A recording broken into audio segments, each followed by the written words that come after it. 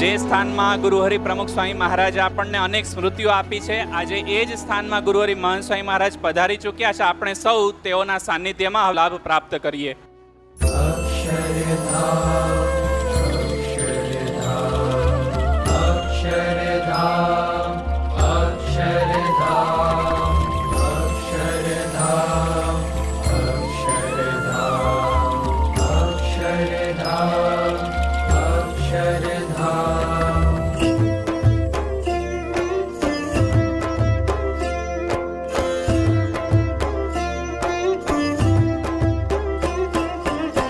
કરીએ અંતર અક્ષરધામ,